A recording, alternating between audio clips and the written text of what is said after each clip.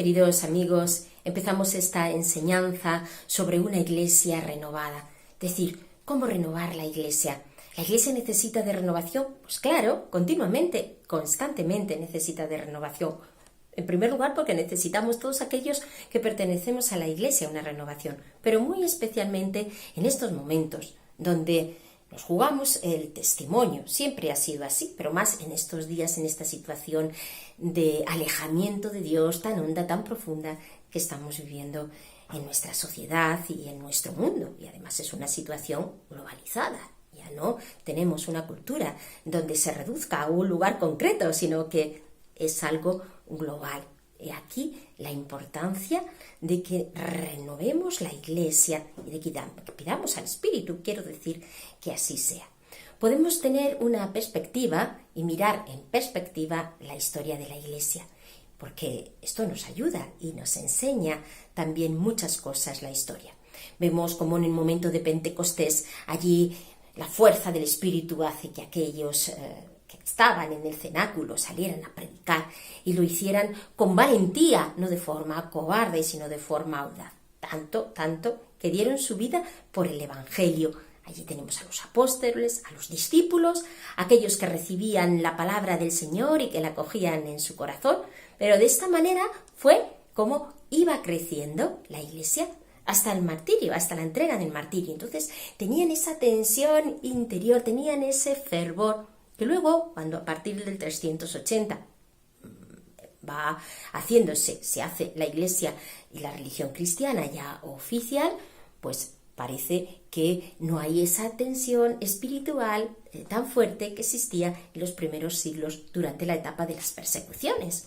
Así, almas que tenían mucho deseo de entregarse a Dios, lo que hacen es la vida monacal. Así empieza a surgir, quiero decir, la vida monástica. Primero la vida eremítica, luego la vida cenobítica y empieza así los monasterios, donde eran focos de cultura, pero sobre todo también los lugares donde la iglesia se iba renovando, porque ahí estaba la fuerza del Espíritu. Y bueno, las órdenes tuvieron que ir renovándose continua y constantemente, teniendo diversas reformas para que pudieran sobrevivir, y no solamente sobrevivir, sino ser testimonio, hasta que tenemos los santos. Los santos que el Espíritu Santo va suscitando a lo largo de la historia para su iglesia. Ellos son los que realmente van renovando esa iglesia. ¿Por qué? Porque se abren al Espíritu y son fieles a las mociones que el Espíritu Santo les quiera dar, les quiera conceder.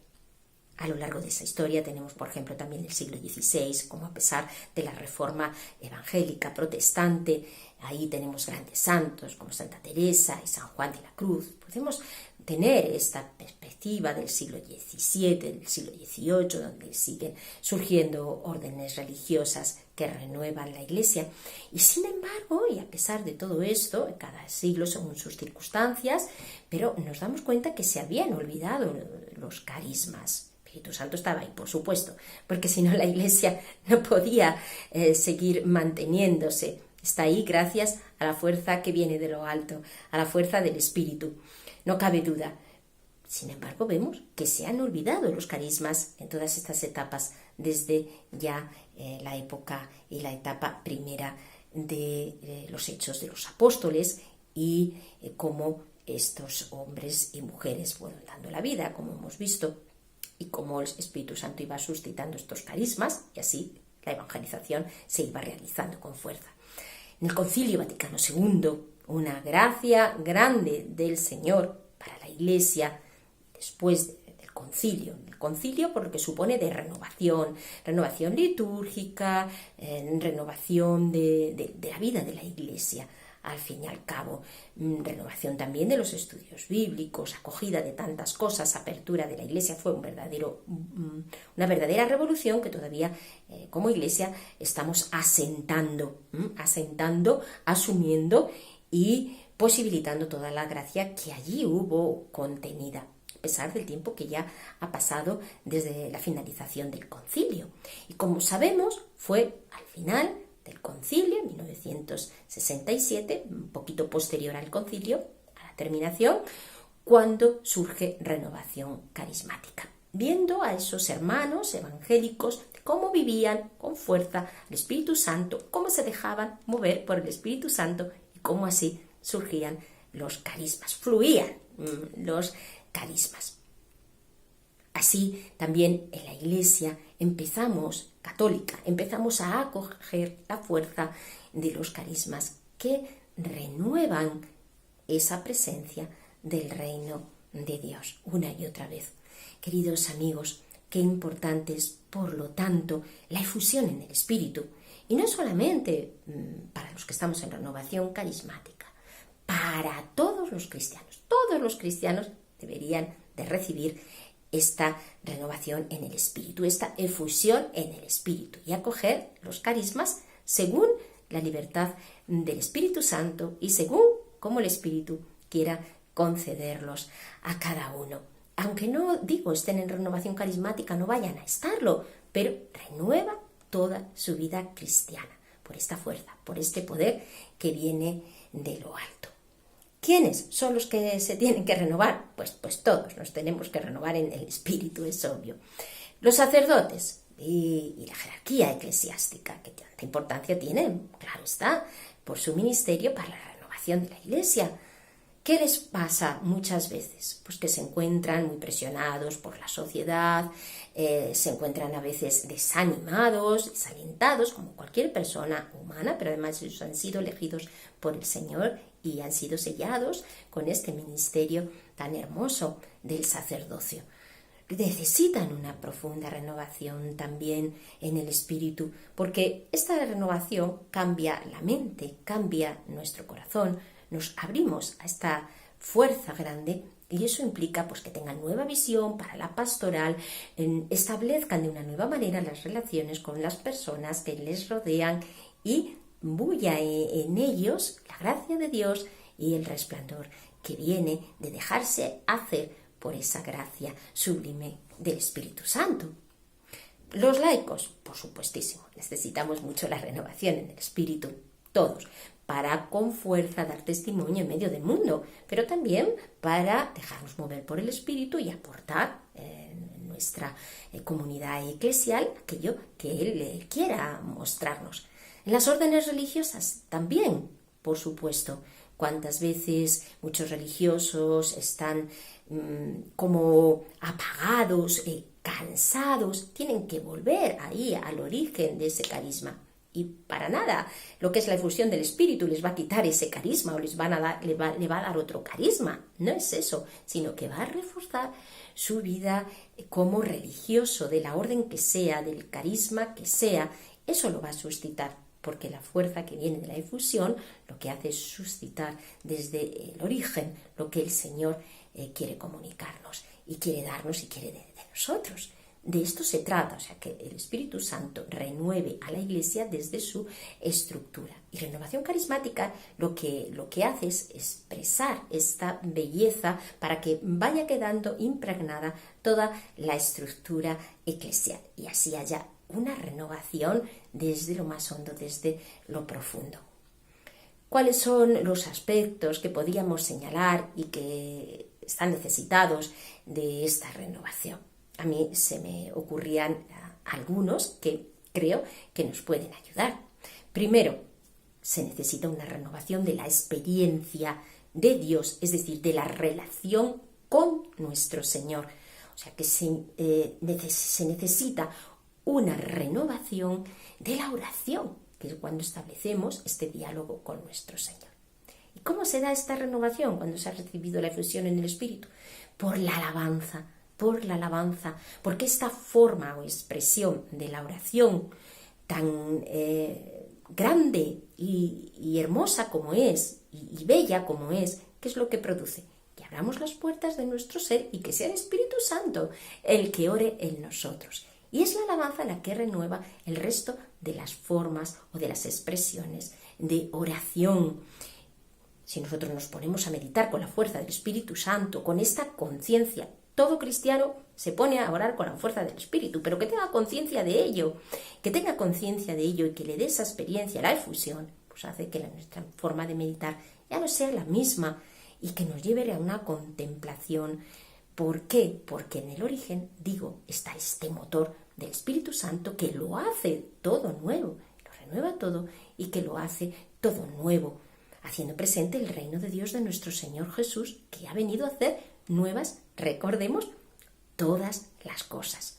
Luego, muy importante, ¿dónde vamos hoy en día, hermanos, si no tenemos una experiencia profunda del misterio? Si no somos místicos en este sentido, es decir, de unión con el misterio de Dios. No podemos sino tener una vida cristiana de cumplimiento. Una vida cristiana de cumplimiento, pues no vamos, desde luego, a ninguna parte, ni vamos a ser testimonio de nada. Necesitamos esta efusión para dar ese testimonio, para que sea desde el Espíritu, no desde mi yo, no desde mis fuerzas, sino dejándonos llevar por esta unción. En segundo lugar, se necesita también una renovación en las celebraciones de la Iglesia.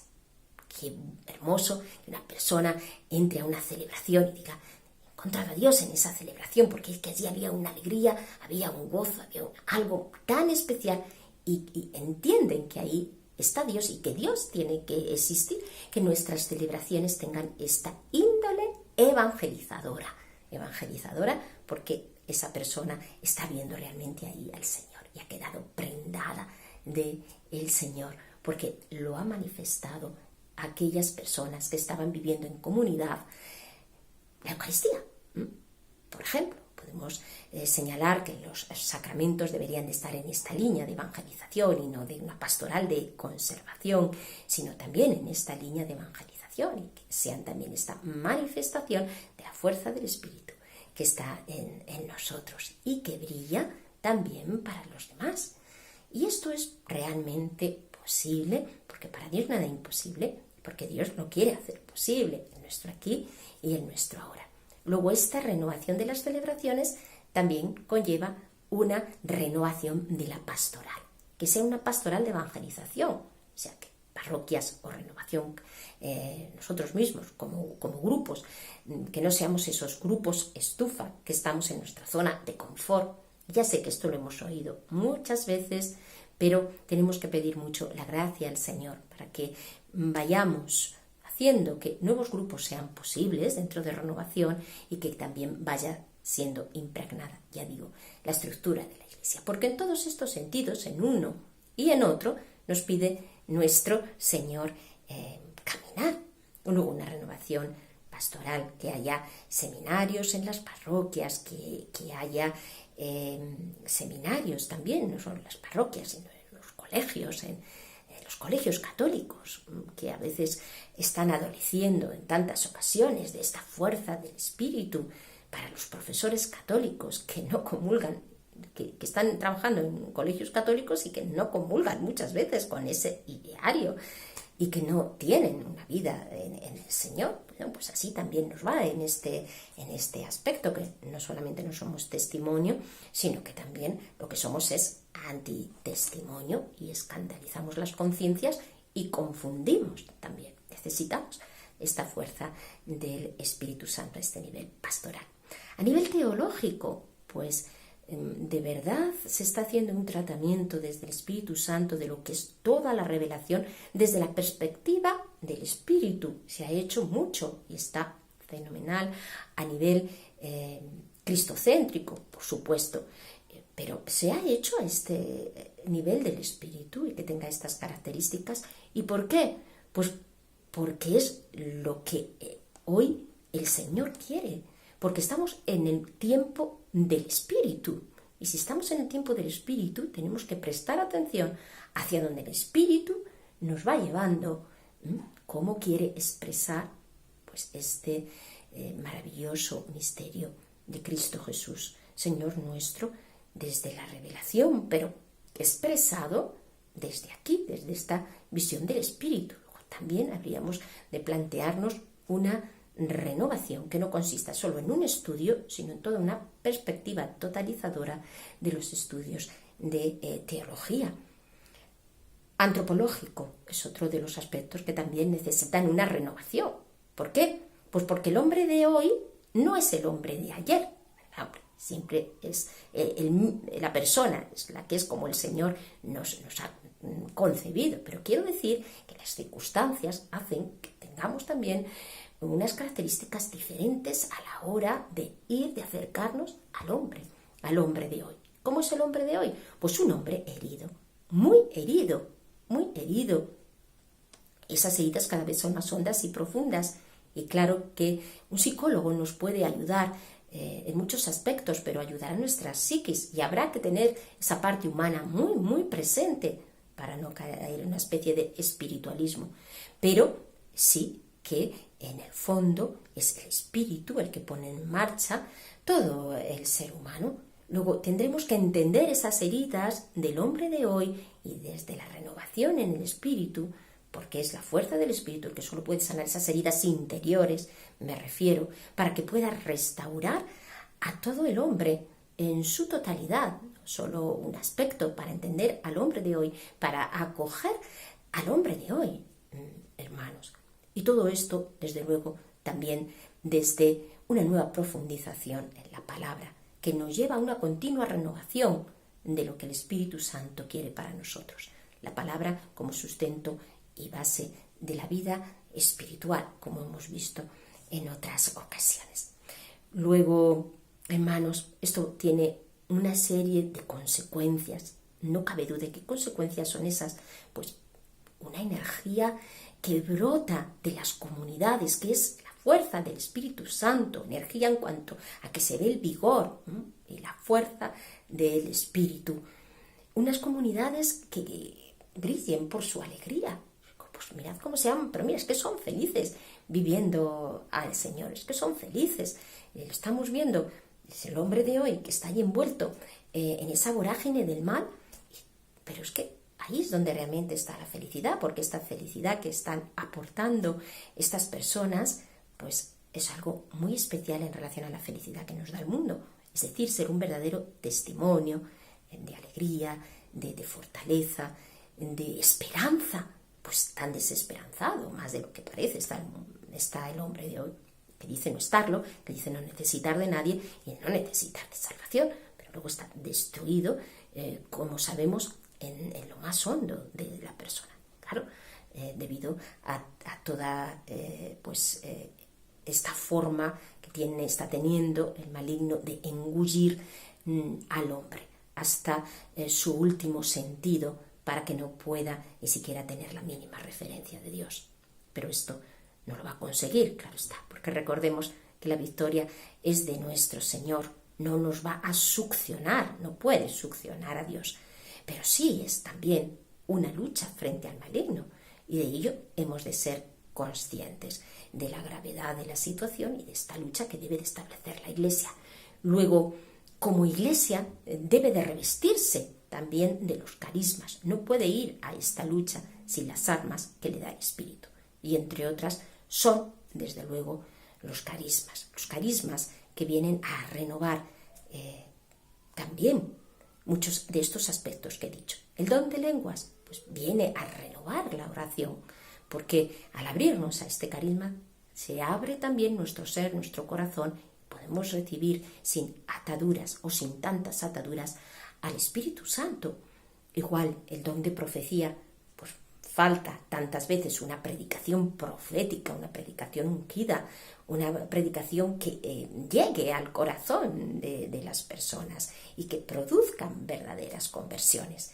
Esto también está adoleciendo mucho la Iglesia porque no se abre a este carisma, por ejemplo, de profecía o de palabra de sabiduría, que estos carismas acompañen a la predicación, como pueden ser las visiones, o a la oración, como son la palabra de conocimiento, a la oración de intercesión. Así, hermanos, todos estos aspectos que hemos venido viendo a lo largo de estas enseñanzas culminan precisamente en este objetivo que tiene el Espíritu Santo para con renovación carismática. Que renovemos la Iglesia, Y esto se está produciendo, hermanos, y se va a seguir produciendo. Pero esperemos ser más testigos para que se haga con mayor hondura y con mayor rapidez. Porque el mundo muere y nosotros no podemos quedarnos impasibles en una mediocridad, en un color grisáceo, sino brillemos en blanco, permitidme la expresión, para que es, como ya sabéis, el blanco pues es el conjunto de todos los colores, para que brille así el reino de Dios. Y termino con estas palabras de San Pablo a los Corintios, de 2 de Corintios 3, a partir del capítulo 3, del versículo 17. Voy a leer. Porque el Señor es el Espíritu, y donde está el Espíritu del Señor hay libertad. Por nuestra parte, con la cara descubierta, reflejando como en un espejo la gloria del Señor, nos vamos transformando en esa misma imagen cada vez más gloriosa, como corresponde a la acción del Espíritu del Señor. Preciosas palabras las que nos dice el apóstol, porque es el Espíritu, y donde está el Espíritu del Señor hay libertad. Y entonces, donde está el Espíritu, y solo donde está el Espíritu, podemos reflejar la gloria de Dios como en un espejo. Pues hermanos, que nuestra amada renovación y nuestra amada Iglesia refleje siempre esta gloria de Dios.